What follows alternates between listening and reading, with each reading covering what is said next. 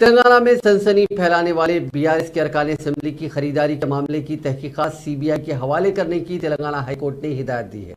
रियासती हुकूमत की जानिब से तश्कील दी गई स्पेशल इन्वेस्टिगेशन टीम की तहकीकात पर भरोसा न होने का दावा करते हुए बीजेपी और मुलजिमीन की जानिब से दाखिल दरखास्तों की समाअत करते हुए हाईकोर्ट ने यह हिदायत जारी की है। इस मामले के दलाइल की हाईकोर्ट ने समाअत की थी और पीर को अदालत ने यह फैसला सुनाया। अदालत ने बीजेपी की दरखास्त को मुस्तरद करते हुए वाज़ेह किया कि दीगर मुलजिमीन रामचंद्र भारती, सीमा याजी और नंद कुमार की दरखास्तों पर गौर करते हुए इस केस की तहकीकात सीबीआई के हवाले की जा रही है। अदालत ने इस मामले की तहकीकात के लिए स्पेशल इन्वेस्टिगेशन टीम तश्कील देने जारी करदा रियासती हुकूमत के अहकाम और एसआईटी की जानिब से अब तक की गई तहकीकात को भी कलअदम करार दिया।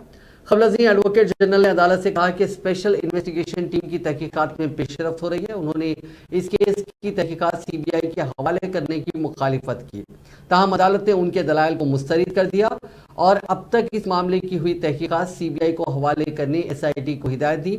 इसी दौरान एनफोर्समेंट डायरेक्टरेट ने इस मामले के सिलसिले के मुलजिम नंद कुमार से पूछताछ शुरू की है। ईडी के अहदेदारों ने चंडलगुड़ा जेल में ये पूछताछ की। इस पूछताछ के सिलसिले में जेल में खुसूसी इंतजाम किए गए। मरकजी एजेंसी ने 2 दिन तक मुलजिम कुमार से पूछताछ के लिए शहर की एक अदालत से इजाजत हासिल की है।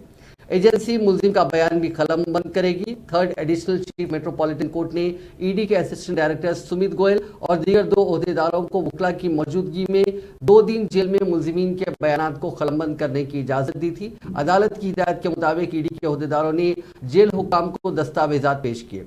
अदालत ने जेल सुपरिंटेंडेंट को हिदायत दी कि वो 10 बजे दिन का 5 बजे शाम तक कुमार तक ओहदेदारों की रसाई को यकीनी बनाएं। अदालत ने यह भी हिदायत दी कि बयान देने के लिए मुलजिम को मजबूर करने थर्ड डिग्री इस्तेमाल न की जाए। ईडी के असिस्टेंट डायरेक्टर को हिदायत दी गई कि वो बयान कलमबंद करने के फौरी बाद मुनासिब दस्तावेजात के साथ तफसीली रिपोर्ट अदालत में पेश करें।